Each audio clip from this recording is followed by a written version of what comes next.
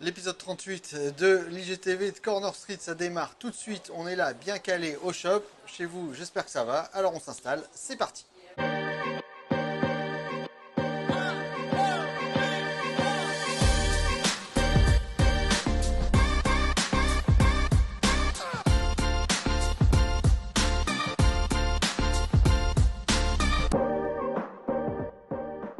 Nouvelle émission pour l'IGTV de Corner Street. On va avoir pas mal de news. On va vous faire une petite séquence unboxing de début de semaine. On démarre tout de suite, c'est les news.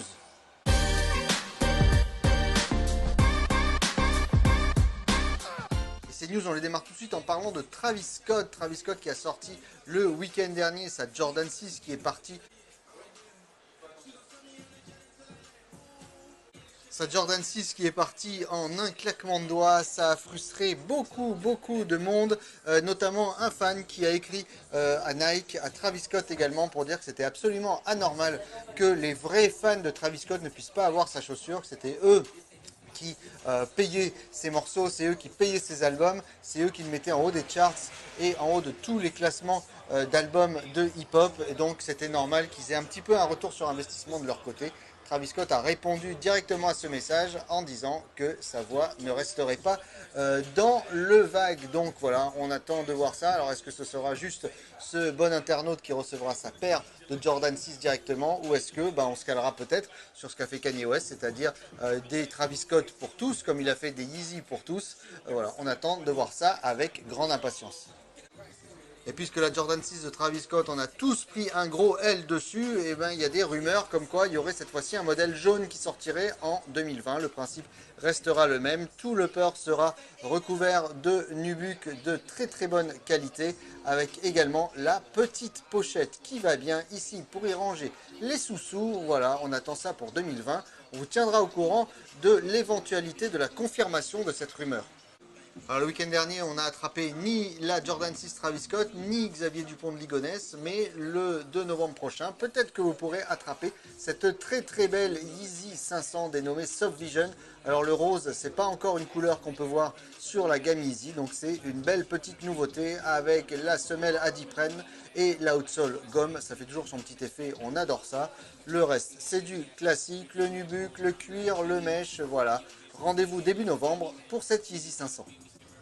La plateforme de personnalisation chez Nike, Nike by You, qui a remplacé Nike ID, commence à se développer de plus en plus. On retrouve des matériaux également qu'on pensait ne voir que sur certaines collabs, comme par exemple le denim de Levi's. Cette fois-ci, c'est la firme de laine Pendleton, la firme de Portland dans l'Oregon, juste à côté de Beaverton, au siège de Nike, qui va sortir un certain nombre de modèles. Va y avoir une Air Force One, une 270 React, une Element 55 et donc cette très jolie Air Max 90, celle qu'on a préférée. Alors il y aura plein d'options, vous pourrez choisir les couleurs, recouvrir en totalité le peur de cette laine Pendleton, rajouter du cuir un petit peu partout. Voilà, c'est dispo. Précipitez-vous, il n'y en aura pas pour tout le monde bien évidemment.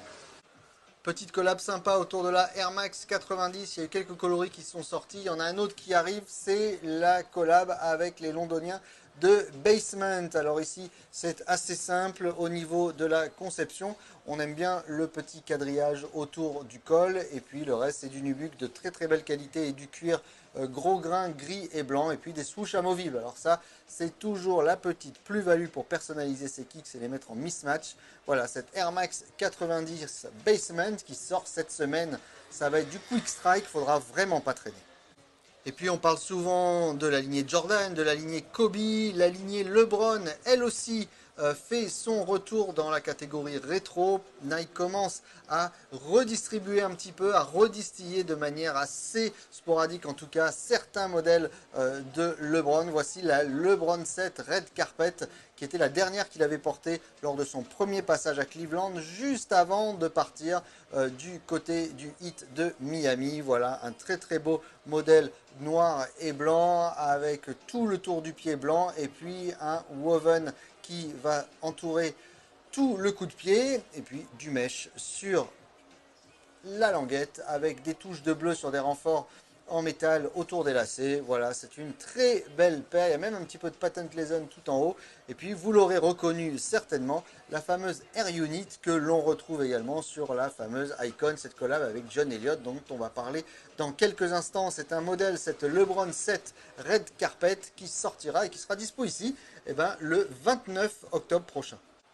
Et puis avant de finir ces news, dernier petit update concernant la Air Force One More Than an Athlete, cette collab avec la marque Uninterrupted, enfin la division en tout cas de LeBron James. C'était un modèle qui devait sortir au début du mois, qui a été repoussé. Ça y est, on a la date, ça sortira le 26 octobre prochain. Vous avez été très nombreux à nous demander quand ce serait reprogrammé. Ça y est, on l'a, 26 octobre, ce sera là. Et également, il ne faudra pas traîner. Voilà, pas mal de petites news aujourd'hui. On se fait une petite séquence unboxing, ça démarre tout de suite.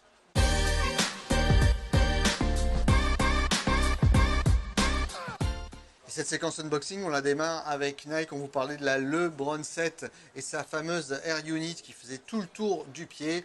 Est sorti ce week-end le dernier coloris de la collab avec John Elliott, la fameuse Icon, le coloris parachute beige. Il y a toute une gamme de textiles également, mais franchement, c'est un superbe modèle avec un upper en TPU que vous voyez ici, c'est-à-dire transparent, donc vous pourrez matcher avec les chaussettes et la couleur que vous le souhaitez. La Air Unit, elle est là, elle a fait ses preuves, elle est ultra confortable. Il y a également du cuir suédé sur l'arrière et sur le col, les lignes blanches qui sont là, de différentes épaisseurs et différents modèles. Voilà, cette LeBron parachute beige avec le mini swoosh qui est ici est disponible. Elle coûte quand même 250 €, mais ce sont des modèles ultra limités. Avec un créateur comme John Elliott, ça vaut franchement le coup. C'est à la limite de la chaussure de luxe, c'est bien plus que le lifestyle. Voilà, LeBron, John Elliott, ça régale. On continue cet unboxing avec Puma, la RSX, on en a parlé avec Alonso. Vous pouvez d'ailleurs retrouver cette émission IGTV sur la liste de nos émissions. Alonso qui nous avait reçu au 13 by Puma et nous avait parlé du plaisir qu'il avait avec cette RSX. Et cette fois-ci, c'est une édition limitée qui s'appelle Blade Runner avec des couleurs qu'on aime beaucoup. Du noir, du turquoise ici, et puis je vous voyais sur l'arrière une sorte d'hologramme qui est déposé, bleu, noir, qui change selon la lumière. Il y a du nubuck très épais sur l'avant, du mesh, voilà, là, encore une magnifique réussite de la part de Puma pour cette RSX Blade Runner en édition et en quantité limitée. Et puis on va terminer la Sainte Trinité de la manière dont la sneakersphere est traitée, à travers le sport, on a vu avec John Elliott et LeBron James, à travers le cinéma, on l'a vu avec cette Blade Runner, et puis forcément avec la musique. Et le rappeur Pusha T qui travaille avec Adidas sur les couleurs qu'on lui connaît, c'est-à-dire ces fameuses couleurs marron et noir, ici avec des traces de Volt, cette Oswego avec une semelle gomme, vous connaissez l'amour qu'on a pour la semelle gomme. Et puis c'est à l'intérieur que vous voyez les petits détails avec marqué King Push pour représenter le rappeur. La semelle quant à elle et la languette sont en cuir assez épais. C'est de bonne qualité, c'est très original. Une Adidas Oswego Pusha T qui fera date à n'en pas douter. Voilà pour cette émission, on vous souhaite une bonne fin de semaine. Nous on se retrouve samedi matin pour notre prochaine IGTV avec un invité très spécial. D'ici là, ciao à tous.